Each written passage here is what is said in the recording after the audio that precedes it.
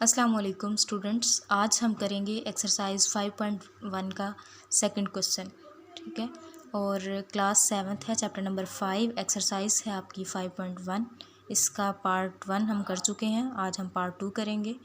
और इसमें देखें आपके पास आता है टेस्ट आप whether given numbers are perfect squares are not. आपने ये बताना है जो भी नंबर आपको दिए हुए हैं, क्वेश्चंस दिए हुए हैं, उसमें से जो नंबर यानी जो आपको क्वेश्चन दिए हुए हैं, जैसे फॉर एग्जांपल आपके पास फर्स्ट क्वेश्चन है 59, ठीक है, वो आपके पास है परफेक्ट स्क्वायर है या नहीं है, ये आपने बताना है।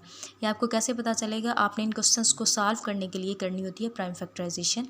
प्राइम फैक्टराइजेशन काफ़ी बच्चों को नहीं आती, 5th में वैसे तो आप करते हैं, 6 में भी करते हैं, लेकिन फिर भी कुछ बच्चों को इसकी समझ नहीं आती। तो आज हम पहले ये देखेंगे कि प्राइम फैक्टराइजेशन कैसे की जाती है। इसके बाद हम देखेंगे कि प्राइम फैक्टराइजेशन जब हम कर लें तो नेक्स्ट हमें कैसे पता चलता है कि गिवन नंबर परफेक्ट स्क्वायर है या नहीं है। तो देख लेते हैं पहले प्राइम फैक्टराइजेशन। यहाँ मैं पहले आपको सिंपल नंबर्स की बताऊंगी, उसके बाद हम देखेंगे कि कम्प्लेक्स नंबर या थोड़ी बड़ी जो रकमें हैं उनकी हम प्राइम फैक्टराइजेशन करनी सीखेंगे। सबसे पहले आपके पास 16 है, ये देखें आपके पास, आपने देखना है कि 16 जो है वो 2 के टेबल पे चला जाता है, ये आप देखें। और 2 8 सर 16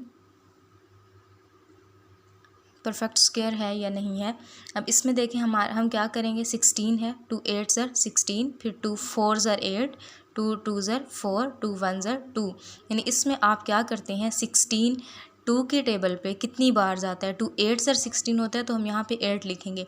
अब 8 कितनी बार होता है, 4 ज़र 2, 4 ज़र होता है 8, इस तरह 2 2 ज़र 4। फिर भी अगर किसी को समझ नहीं आई तो मैंने स्टेप बाय स्टेप ये नीचे किया है, आप यहाँ से देख लीजिएगा। आप जो सबसे पहला नंबर आपके पास है, जैसे 16 है दिया हुआ, आप इसको क्या करेंगे, यहाँ पे डिवाइड कर लेंगे। 2 8 सर 16, ये जो 8 है ये 16 के नीचे लिखा जाएगा। अब आपने ये देखना है कि क्या 2 के टेबल में ही 8 है या नहीं है। 8 जो है वो 2 के टेबल पे चला जाता है या नहीं जाता, डिवाइड हो जाता है या नहीं। आप यहाँ पे इसको डिवाइड कर लें। अगर आपको ये भी पता नहीं चल रहा कि ये 2 पे डिवाइड होगा या नहीं, तो आप इसको डिवाइड करके देख लें। 2 4 ज़र 8। उसके बाद ये जो 4 आ रहा है ये आप लिखेंगे 8 के नीचे, ठीक है, यहाँ पे 8 के नीचे लिखा है। और फिर इस 4 को आप डिवाइड कर लें 2 पे, और उसके बाद ये जो 2 आया इसको 1 पे डिवाइड कर लें। आपको कैसे पता चलेगा कि ये 2 पे ही डिवाइड होगा या नेक्स्ट किसी और टेबल पे जाएगा? ये आपको याद रखना पड़ेगा कि कुछ नंबर हैं, जैसे 0 है, 2 है, 4 है, और इसके बाद 6 और 8, ठीक है।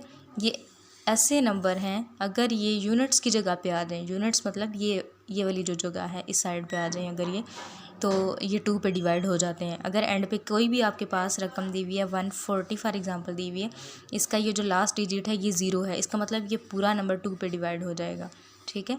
अगर कोई आपके पास देखें, यहाँ पे मैंने 2 लिखा था, अगर 22 कोई नंबर आ जाता है तो 22 देखें आपके पास एक ऐसा डिजिट है जिसके एंड पे क्या आ रहा है, 2 आ रहा है, तो ये भी 2 पे डिवाइड हो जाता है। अगर 66 आता है, 62 आ जाता है, 68 आ जाता है, 84 आ जाता है, तो ऐसे नंबर जिनके एंड पे, यहाँ पे इस वाली एंड पे, यानी आप देखेंगे राइट साइड पे, ठीक है, एक्सट्रीम राइट पे, अगर 0 2 4 6 या 8 आ जाए तो वो सारे नंबर 2 पे डिवाइड हो जाते हैं।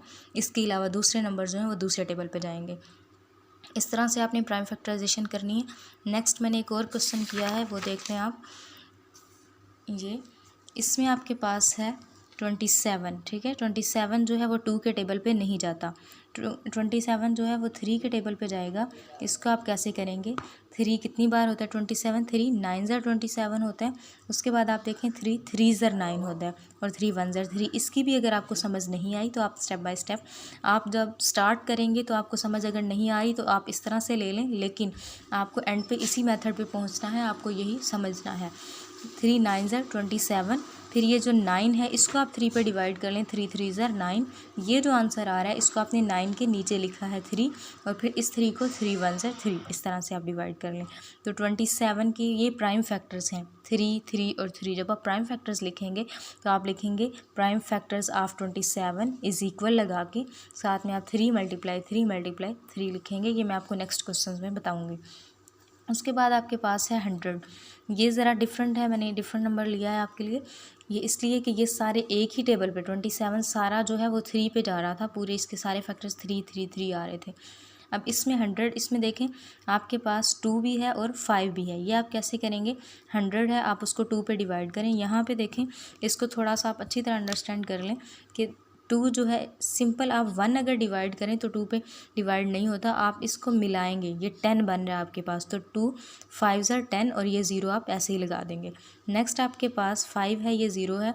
अब देखें 5 जो है वो 2 के टेबल पे नहीं है, लेकिन 50, ये मैंने आपको बताया है जैसे पहले भी कि जिसका लास्ट डिजिट 0 2 4 6 या 8 हो वो क्या होता है, वो 0 पे डिवाइड हो जाता है। ये आपके पास 50 है, इसका मतलब ये 2 पे डिवाइड हो जाएगा। 2 पे डिवाइड कैसे होगा, आप देखें कि आपके पास 50 है, आप 5 को डिवाइड नहीं कर सकते 2 पे, 5 को डिवाइड तो नहीं कर सकते, लेकिन आप ऐसे कर सकते हैं कि आप यहाँ पे इसको ऐसे, मैं आपको समझा देती हूँ।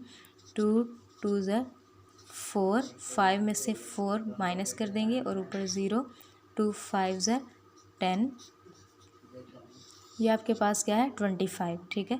इस तरह से आप इसको डिवाइड करेंगे, यानी आपने जब इस मेथड से करना है तो ये याद रखना है 2 2 ज़र 4 हम इसमें से ले रहे हैं, 1 हम इधर कैरी करते हैं, ठीक है।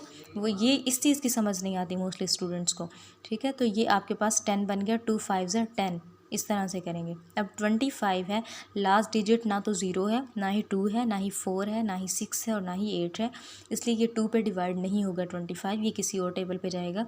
आप देखें 3 के टेबल में भी 25 नहीं होता, 4 में भी नहीं होता, तो फिर 5 पे जाता है, 5 5 ज़र 25 और फिर 5 1 ज़र 5, ठीक है। आप जब प्राइम फैक्टर्स लिखेंगे तो इस तरह से लिखिएगा, प्राइम फैक्टर्स ऑफ 100 आपने लिखना है is equal to 2 multiply 2 multiply 5 multiply 5, तो ये आपके पास प्राइम फैक्टर्स हैं, ठीक है।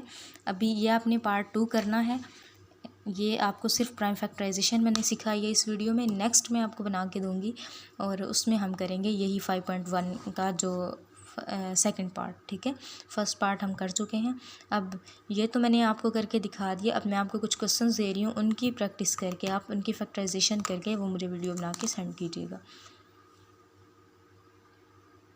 थैंक यू सो मच, अपना ख्याल रखिएगा और दुआओं में याद रखिएगा।